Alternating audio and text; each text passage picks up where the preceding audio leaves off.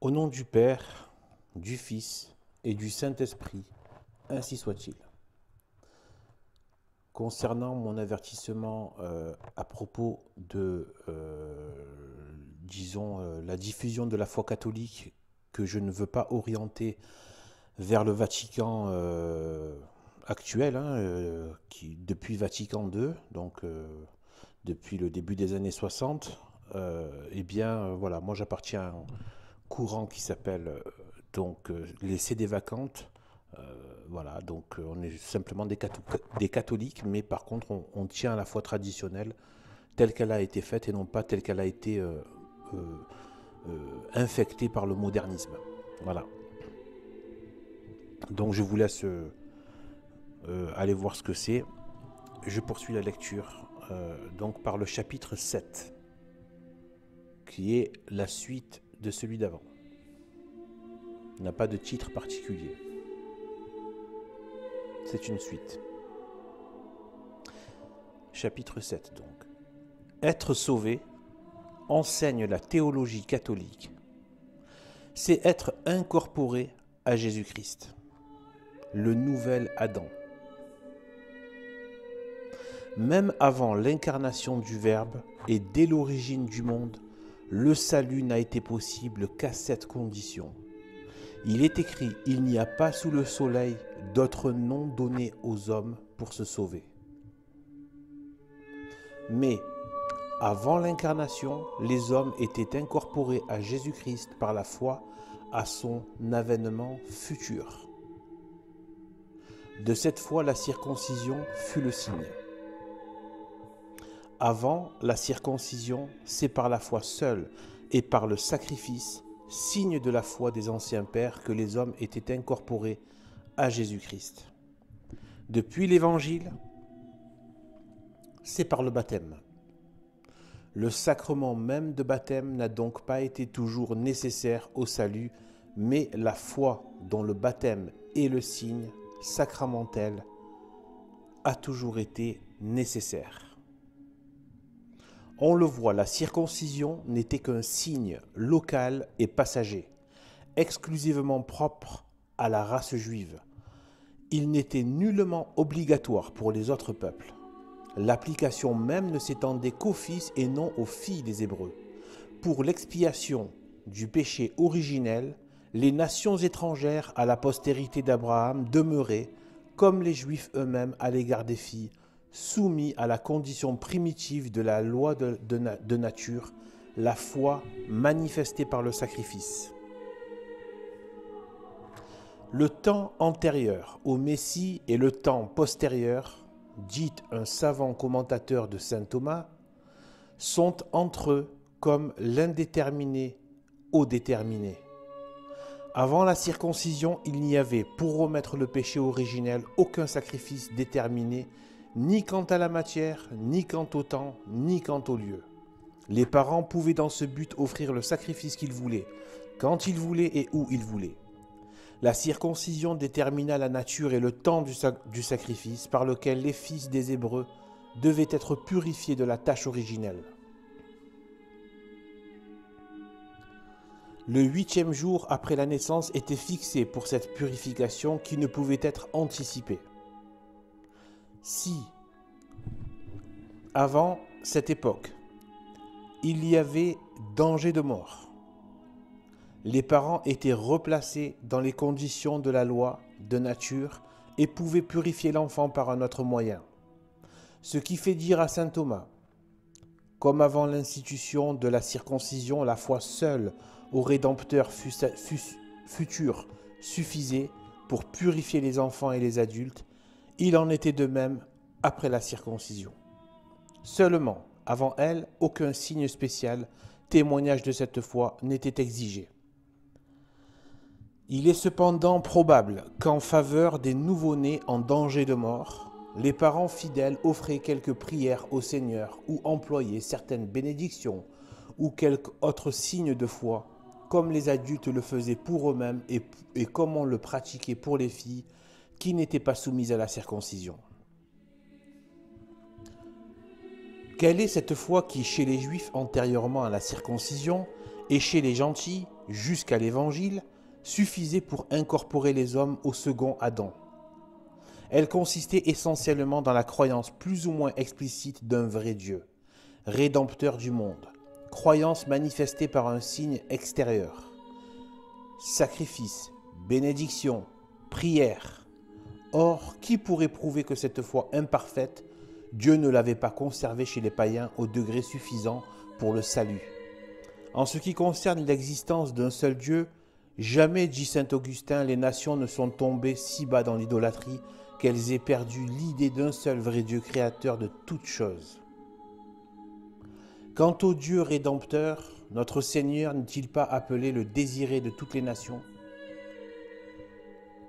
On ne désire pas ce qu'on ne connaît pas et ce dont on n'a pas besoin. Avec la conscience de leur chute, toutes les nations de l'Ancien Monde, les gentils aussi bien que les Juifs, avaient donc la foi au Rédempteur futur. Sur cette consolante vérité, écoutons l'incomparable saint Thomas. Après avoir rappelé que Dieu veut le salut de tous les hommes, il ajoute « Or, la condition nécessaire du salut, c'est l'incarnation du Verbe. »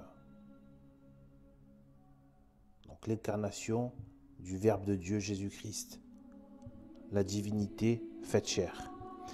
Il a donc fallu que le mystère de l'incarnation fut connu de quelque manière dans tous les temps et par tous les hommes. Cette connaissance, toutefois, a varié suivant les temps et les personnes. Avant de pécher, Adam eut la foi explicite du mystère de l'incarnation, en tant que destiné à la consommation de la gloire éternelle, mais non en tant que destiné à la délivrance du péché par la passion du Rédempteur. Après le péché,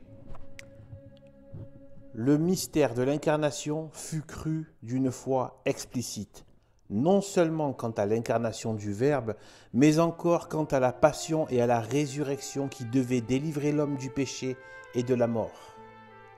Autrement, les hommes n'auraient pas figuré d'avance dans la passion de Jésus-Christ par des sacrifices, soit avant, soit après Moïse.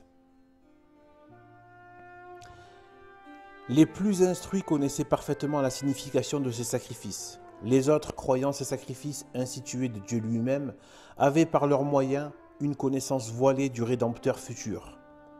Plus obscure dans les temps reculés, cette connaissance devint plus claire à mesure que le Messie approchait.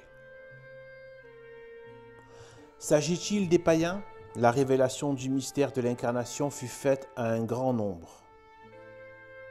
Témoins, entre autres Job, qui dit « Je sais que mon Rédempteur est vivant ». Témoin la Sibylle citée par saint Augustin. Témoin cet antique tombeau romain découvert sous le règne de Constantin et de l'impératrice Irène, dans lequel on trouva un homme ayant une lame d'or sur la poitrine avec cette inscription. Le Christ naîtra d'une vierge et moi je crois en lui. Ô soleil, tu me reverras sous le règne de Constantin et d'Irène. S'il en est qui furent sauvés sans cette révélation, ils ne le furent cependant pas sans la foi du médiateur. Sans doute, ils n'eurent pas la foi explicite, mais ils eurent la foi implicite en la divine providence, croyant que Dieu était le libérateur des hommes, par des moyens à lui connus et manifestés à ceux que son esprit avait daigné en instruire. De plus, on trouve à toutes les époques et sous tous les climats l'usage des sacrifices, des purifications, des adorations, des prières, conservées chez les peuples païens comme chez les Juifs. Qui pourrait affirmer qu'aucun de ces actes, manifestations d'une foi quelconque, n'avait dans aucune circonstance un rapport plus ou moins compris avec l'expiation du péché en général et du péché originel en particulier?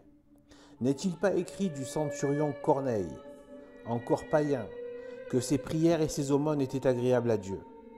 Parlant aux païens de son temps, ensevelis dans la plus grossière idolâtrie, Tertullien ne leur dit-il pas, dans la prospérité, l'âme arrête ses regards au Capitole, mais dans l'adversité, elle les élève vers le ciel, où elle sait que réside le vrai Dieu. Fallait-il même d'une nécessité invariablement absolue que l'enfant fût né pour bénéficier de la foi de ses parents? Il est vrai, répond un grand théologien, on ne lit nulle part que des sacrifices aient été offerts ou reçus pour les enfants encore dans le sein maternel. Ainsi, en vertu d'un ordre providentiel, légalement établi, nul enfant, avant de naître, n'a jamais obtenu par des sacrifices extérieurs la rémission du péché originel. Plusieurs ont reçu cette grâce par un privilège spécial, comme Jérémie et Saint Jean-Baptiste. Toutefois, on ne doit désapprouver ni les prières, ni les vœux, ni les bonnes œuvres extérieures des parents pour leurs enfants nés ou à naître et qui se trouvent en danger de mort, car Dieu n'a pas enchaîné sa toute-puissance au sacrement. Ils peuvent donc prier afin qu'il daigne, dans son infinie miséricorde, les conduire au baptême ou leur remettre le péché originel. Alors Dieu, qui est infiniment bon, pourra les sauver. Ce sera non en vertu d'une loi, mais uniquement par grâce. Aussi, à moins d'une révélation, il ne faut pas affirmer qu'ils sont sauvés, et leur corps ne doit pas être enseveli en terre sainte. Jusqu'où s'étendait et jusqu'où s'étend encore cette possibilité du salut pour les enfants en question? Comme pour les autres, par les prières, les bonnes œuvres, les sacrifices, la foi, en un mot des parents comme idolâtres. Ici encore, qui peut répondre? Tous ces doutes et d'autres encore qui peuvent, sans blesser l'enseignement catholique, être résolus dans le sens de la miséricorde, permettent de diminuer, peut-être infiniment plus qu'on ne pense, le nombre des sujets et surtout des victimes éternelles du mauvais esprit. Si elle en avait besoin, cela seul suffirait pour justifier, aux yeux de tout homme impartial, l'infinie sagesse et l'infinie bonté de l'Éternel amateur des âmes, surtout des âmes des enfants. Quant aux adultes, nés dans l'ancien paganisme, égyptien, assyrien, perse, grec, romain, gaulois, tous avaient, pour se soustraire à l'empire de Satan, la connaissance essentielle de la loi primitive, la grâce pour l'accomplir ou pour se repentir de l'avoir violée, enfin le baptême de désir, ce qui suffit au salut. Écoutons encore saint Thomas. Prenons l'exemple le plus décisif, celui d'un sauvage né au milieu des forêts et qui n'a jamais entendu parler du baptême. Le grand docteur enseigne une doctrine suivie de toute l'école. Il dit que si au moment où sa raison s'éveille, ce sauvage se porte vers une fin honnête, Dieu lui donne la grâce et le péché originel est effacé. S'il ne persévère pas, il lui reste le repentir, en sorte que, dans l'une et dans l'autre hypothèse, ce pauvre sauvage, le dernier des êtres humains, ne sera pas damné, si ce n'est par sa faute. Tels étaient en général les moyens de salut donnés aux païens avant la venue du Rédempteur. L'incarnation, mystère d'infinie miséricorde, a-t-elle rendu pire la condition des infidèles d'aujourd'hui? Placés dans les mêmes conditions que ceux d'autrefois? Qui oserait le prétendre? De ces explications découlent rigoureusement les corollaires suivants. Si la plupart des habitants du globe n'ont jamais appartenu à l'empire visible du Saint-Esprit, ou comme parle la théologie au corps de l'Église, nul ne peut prouver qu'un seul était ou soit encore dans l'impossibilité absolue d'appartenir à l'empire invisible du Saint-Esprit, qu'on appelle l'âme de l'Église, ce qui suffit pour être sauvé. La raison en est que, si nous connaissons les moyens extérieurs par lesquels Dieu applique aux hommes les mérites du Rédempteur, les innombrables moyens intérieurs nous échappent.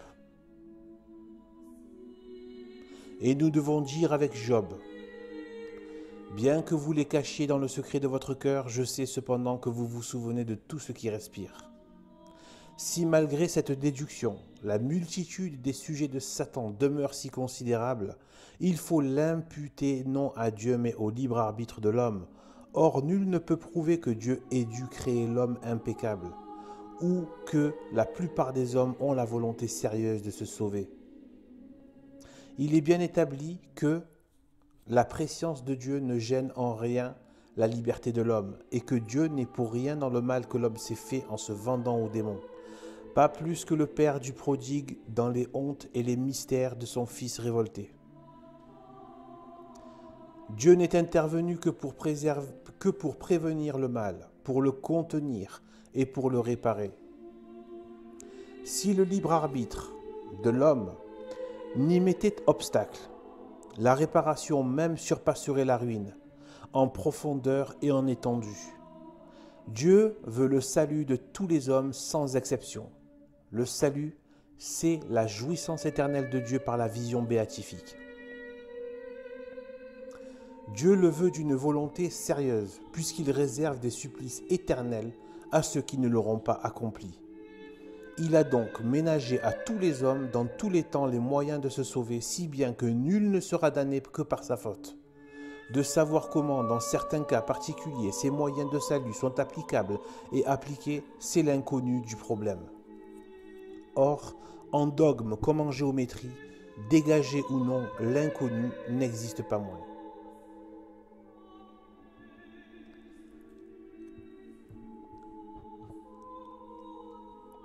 Une chose reste donc mathématiquement certaine, c'est que, malgré les mystérieuses ténèbres dont il enveloppe les secrets de sa miséricorde, Dieu, étant la puissance, la sagesse et la bonté infinie, ne fera tort à personne. Tel est le doux oreiller sur lequel dorment en paix et la foi du chrétien et la raison de l'homme capable de lier deux idées. In pace in idipsum dormiam et requiescam. Devant ces éclaircissements, si incomplets qu'ils puissent être, s'évanouit la difficulté que nous avions à résoudre, et avec elle l'inquiétude qu'elle pouvait jeter dans les esprits. Rien n'empêche donc de continuer notre marche et de passer à l'étude approfondie des deux cités. Fin du chapitre 7. Au nom du Père, du Fils et du Saint-Esprit, ainsi soit-il.